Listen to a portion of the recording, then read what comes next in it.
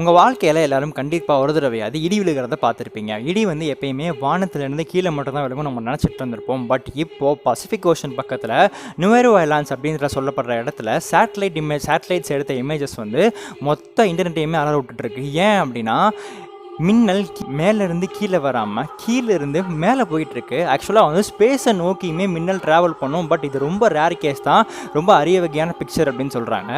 இதை பற்றி நீங்கள் இப்போ தான் தெரிஞ்சுக்கிட்டீங்க அப்படின்னா கண்டிப்பாக இந்த வீடியோ லைக் பண்ணுங்கள், ஃபாலோ பண்ணவும் மறந்துடாதீங்க.